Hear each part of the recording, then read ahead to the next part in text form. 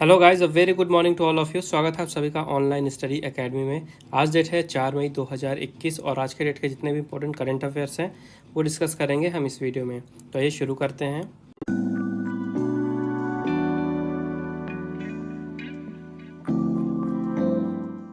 तो आज का पहला क्वेश्चन है, on which of the following date world press freedom day is observed.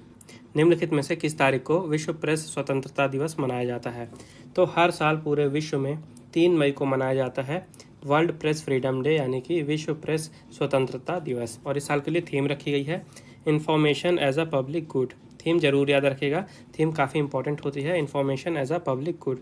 तो इस दिन को एक और नाम से जाना जाता है, ये है वर्ल्ड प्रेस डे, ये भी याद रखिएगा। तो इस दिन को मनाया क्यों जाता है? इस दिन को मनाया जाता है प्रेस की फ्रीडम को प्रमोट करने के लिए, यानी जो प्रेस वाले लोग होते हैं उनकी स्वतंत्रता को प्रमोट करने के लिए, साथ ही ऐसे जर्नलिस्ट को ट्रिब्यूट पे करने के लिए जिन्होंने दुनिया के कोने कोने से न्यूज़ लाने में काफ़ी उन्होंने रिस्क उठाया और कई लोगों ने तो अपनी जान तक गंवा दी। तो ऐसे जर्नलिस्ट को अपना ट्रिब्यूट पे करने के लिए भी ये दिन मनाया जाता है। अगला क्वेश्चन है, on which of the following date world laughter day 2021 was observed. निम्नलिखित में से किस तारीख को विश्व हास्य दिवस 2021 मनाया गया। तो हर साल मई में मनाया जाता है विश्व हास्य दिवस, ओके, वर्ल्ड लाफ्टर डे। और ये मनाया कब जाता है? ये मनाया जाता है मई के पहले संडे को। और इस साल पहला संडे कब पड़ा है मई का? पहला संडे पड़ा है 2 मई को, इसलिए 2021 का जो वर्ल्ड लाफ्टर डे है ये 2 मई को मनाया गया है, याद रखिएगा। ठीक है, पहले संडे को मनाया जाता है ये मई के। और इसे मनाया क्यों जाता है? तो इसको मनाने का उद्देश्य ये है कि लोगों के बीच में जागरूकता फैलाई जाए कि जो लाफ्टर है यानी कि हास्य है उससे कितने बेनिफिट हैं। कई तरह की हीलिंग भी हो जाती हैं लाफ्टर से ही, तो इसके बेनिफिट्स के बारे में लोगों को बताया जाता है। ठीक है, स्वस्थ शरीर के लिए हंसी भी काफ़ी ज़्यादा ज़रूरी है, यही चीज़ें बताई जाती हैं। साथ ही एक चीज़ ये याद रखिएगा कि सबसे पहली बार इस दिन को मनाया कब गया था? सबसे पहली बार 10 मई 1998 में मनाया गया था इसे। कहाँ पे? मुंबई में। अगला सवाल है, on which of the following date world tuna day is observed. निम्नलिखित में से किस तारीख को विश्व ट्यूना दिवस मनाया जाता है। तो जो ट्यूना है ये फ़िश की एक प्रजाति होती है, काफ़ी हेल्दी फ़िश होती है ये खाने में। तो इसी फ़िश के कंजर्वेशन के लिए ये दिन मनाया जाता है। कब मनाया जाता है? हर साल 2 मई को मनाया जाता है। लोगों को ट्यूना फ़िश के इंपॉर्टेंस के बारे में बताया जाता है। साथ ही लोगों को कहा जाता है कि इसकी ओवर फिशिंग ना की जाए और इसको कंजर्व करके रखा जाए, इसी बारे में जागरूकता फैलाई जाती है।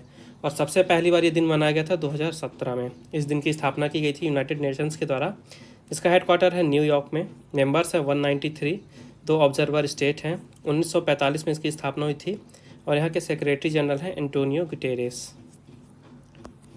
अगला सवाल है, who has won the F1 Portuguese grand prix 2021। F1 पुर्तगाली ग्रैंड प्रिक्स 2021 किसने जीता है? तो फार्मूला 1 यानी कि F1 की 2021 की वर्ल्ड चैंपियनशिप शुरू हो चुकी है और इस साल की ये तीसरी रेस थी पुर्तगीज ग्रैंड प्रिक्स। अभी हाल ही में संपन्न हुई और इस साल जीत लिया है लुइस हैमिल्टन ने। ठीक है, सबसे पहले रहे हैं वर्ल्ड चैंपियन लुइस हैमिल्टन, उसके दूसरे नंबर पर रहे मैक्स वर्स्टैपेन और तीसरे पर रहे वॉल्टेरी बोटास। ठीक है, चौथे पर रहे सर्जियो पेरेज। ठीक है, रैंकिंग याद रखिएगा। और ये याद रखिएगा कि लुइस हैमिल्टन किसके लिए रेस करते हैं? तो ये रेस करते हैं मर्सिडीज़ के लिए। ठीक है, इसके अलावा जो बाकी की 2 रेसेस हुई हैं, पहली हुई थी बहरीन ग्रैंड प्रिक्स, इसे भी जीता था लुइस हैमिल्टन ने। दूसरी हुई थी एमिलिया रोमाग्ना ग्रैंड प्रिक्स, इसे जीता था मैक्स वर्स्टैपेन ने। और अभी हुई है पुर्तगीज ग्रैंड प्रिक्स, इसे जीत लिया है लुइस हैमिल्टन ने। अगला क्वेश्चन है, विच स्टेट हैज़ लॉन्च्ड मुख्यमंत्री चिरंजीवी स्वास्थ्य बीमा योजना। हाल ही में किस राज्य में मुख्यमंत्री चिरंजीवी स्वास्थ्य बीमा योजना शुरू की गई है? तो अभी हाल ही में राजस्थान सरकार ने शुरू किया है वहाँ पे मुख्यमंत्री चिरंजीवी स्वास्थ्य बीमा योजना। 1 मई से ये योजना शुरू की गई है। और ये योजना है क्या? तो इस योजना के तहत जो राजस्थान के लोग हैं उनको 5 लाख रुपए तक का बीमा कवर दिया जाएगा प्रति परिवार प्रति वर्ष। ठीक है, 5 लाख रुपए तक का। तो जितने भी गरीब वर्ग के लोग हैं, पॉवर्टी लाइन के नीचे वाले हैं, किसान लोग हैं, इनको ये बीमा कवर फ्री में दिया जाएगा। इनको कोई वहाँ पे किस्त नहीं भरनी पड़ेगी। जबकि जो नॉर्मल इंसान है उनको 850 रुपये यहाँ पे जो है तो इंश्योरेंस का प्रीमियम भरना पड़ेगा, किस्त भरनी पड़ेगी। और उसके बाद उन्हें प्रति वर्ष 5 लाख रुपए प्रति परिवार बीमा कवर दिया जाएगा। बात कर लेते हैं राजस्थान की। तो यहाँ की कैपिटल है जयपुर। जयपुर को ही हम पिंक सिटी के नाम से जानते हैं। ठीक है, गवर्नर है यहाँ के कलराज मिश्रा और चीफ मिनिस्टर हैं अशोक गहलोत। अगला क्वेश्चन है, which operation has been launched by the Indian navy to boost the oxygen supply. Oxygen की आपूर्ति को बढ़ावा देने के लिए भारतीय नौसेना द्वारा कौन सा ऑपरेशन शुरू किया गया है? तो आप सभी को पता है भारत में कोविड-19 काफ़ी ज़्यादा फैल चुका है और काफ़ी ज़्यादा ऑक्सीजन जो सप्लाई है उसकी कमी हो चुकी है, काफ़ी ज़्यादा डिमांड में है, सिलेंडर्स कम पड़ रहे हैं। तो ऐसे में जो भारत की नेवी है, नौसेना है, उन्होंने एक ऑपरेशन शुरू किया है ताकि जो ऑपरेशन की सप्लाई है उसको बूस्ट किया जा सके, उसको बढ़ाया जा सके। तो उस ऑपरेशन का नाम है ऑपरेशन समुद्र सेतु 2। ठीक है, ऑपरेशन समुद्र सेतु 2 लॉन्च किया गया है इंडियन नेवी के द्वारा। तो इसमें लगभग 7 इंडियन नेवल शिप हैं जो अलग अलग देशों में जाके वहाँ से ऑक्सीजन फील्ड जो कंटेनर्स हैं, सिलेंडर्स हैं, उनको भारत में लाएंगे ताकि जो ऑक्सीजन की सप्लाई है उसकी पूर्ति की जा सके, ऑक्सीजन की पूर्ति की जा सके। ठीक है, तो यहाँ पे आपको याद क्या रखना है, यहाँ पे इंडियन नेवल शिप का नाम याद रखना है, कौन कौन सी शिप लाई गई हैं इस ऑपरेशन में। INS Kolkata, INS Kochi, INS तलवार, INS त्रिकंड, INS जलस्वा और INS ऐरावत। ठीक है, ये 7 शिप चूज़ की गई हैं इस मिशन के लिए। अगला क्वेश्चन है, who has been appointed as MD of Kotak Mahindra life insurance company limited? Kotak Mahindra life insurance company limited के MD के रूप में किसे नियुक्त किया गया है? तो अभी हाल ही में महेश बालासुब्रमण्यन, ठीक है, महेश बालासुब्रमण्यन को नियुक्त किया गया है Kotak Mahindra life insurance company limited के। ये रिप्लेस किसे करेंगे? ये रिप्लेस करेंगे जी मुरलीधर को। ठीक है, याद रखिएगा, ये रिप्लेस करेंगे जी मुरलीधर को। और इसके पहले जो महेश बालासुब्रमण्यन थे, ये कोटक जनरल इंश्योरेंस में MD और CEO थे और अब ये Kotak Mahindra life insurance company limited में MD हो गए हैं। तो जो कोटक जनरल इंश्योरेंस है, यहाँ के MD और CEO के रूप में भी नियुक्ति हुई है सुरेश अग्रवाल जी की, ये भी आपको याद रखना है। तो सुरेश अग्रवाल अब नए MD और CEO बन गए हैं कोटक जनरल इंश्योरेंस के। और ये जो ऑप्शन नंबर D में T रविशंकर नाम आपको दिख रहा है, ये RBI के चौथे डिप्टी गवर्नर बनेंगे, याद रखिएगा, चौथे डिप्टी गवर्नर बनेंगे RBI के। अगला क्वेश्चन है, what is the target set by the government for food grains production in 2021-22? 2021-22 में खाद्यान्न उत्पादन के लिए सरकार द्वारा निर्धारित लक्ष्य क्या है?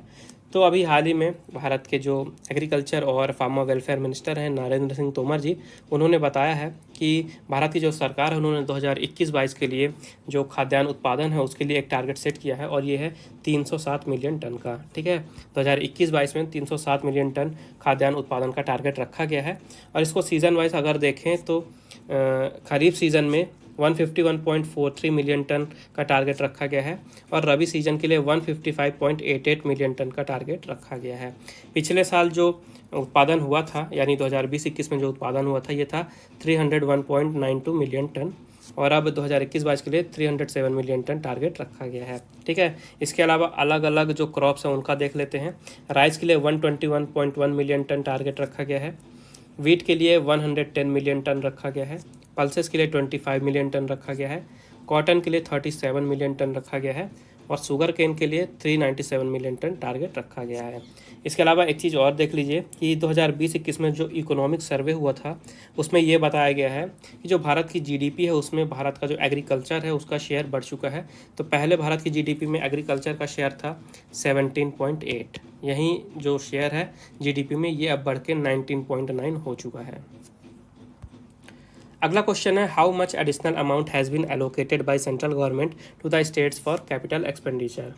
पूंजीगत व्यय के लिए केंद्र सरकार द्वारा राज्यों को कितनी अतिरिक्त राशि आवंटित की गई है?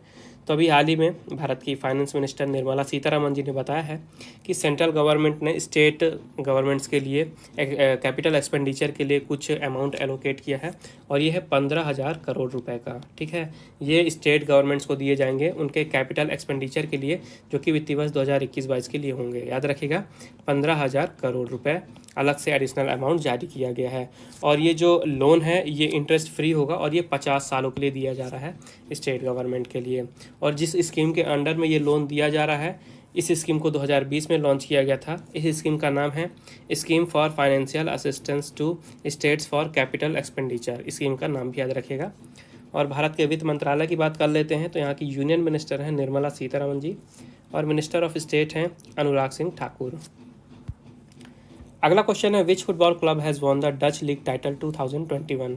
किस फुटबॉल क्लब ने 2021 का डच लीग खिताब जीता है? तो अभी हाल ही में अजैक्स एम्स्टरडैम ने FC एमेन को 4-0 से हरा के जीत लिया है 2021 का डच लीग टाइटल। ठीक है, इन्होंने फाइनल में हराया है FC एमेन को और ये इनका 35वां खिताब था। ठीक है, 35th टाइटल था, याद रखिएगा। अजैक्स एम्स्टरडैम ने जीता है। तो ये जो टूर्नामेंट है डच लीग, ये नीदरलैंड का सबसे हाईएस्ट लेवल का फुटबॉल टूर्नामेंट माना जाता है और इसे एक और नाम से जाना जाता है, ये है एरीडिवाइस। ठीक है, एरीडिवाइस एक और नाम है इस टूर्नामेंट का, ये भी याद रखिएगा।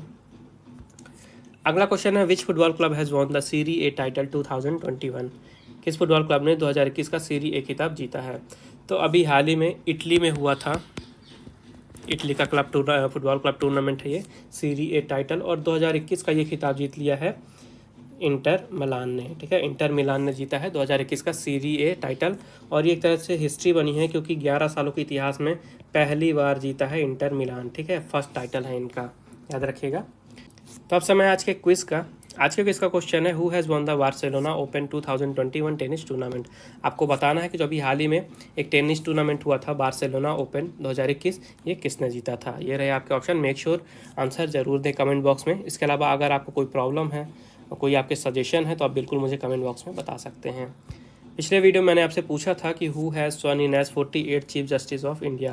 भारत के 48वें मुख्य न्यायाधीश के रूप में शपथ किसने ली है? तो इसका राइट आंसर है NV रमन्ना जी ने। ठीक है, अभी हाल ही में NV रमन्ना जी ने 48th chief justice of India के रूप में शपथ ली है।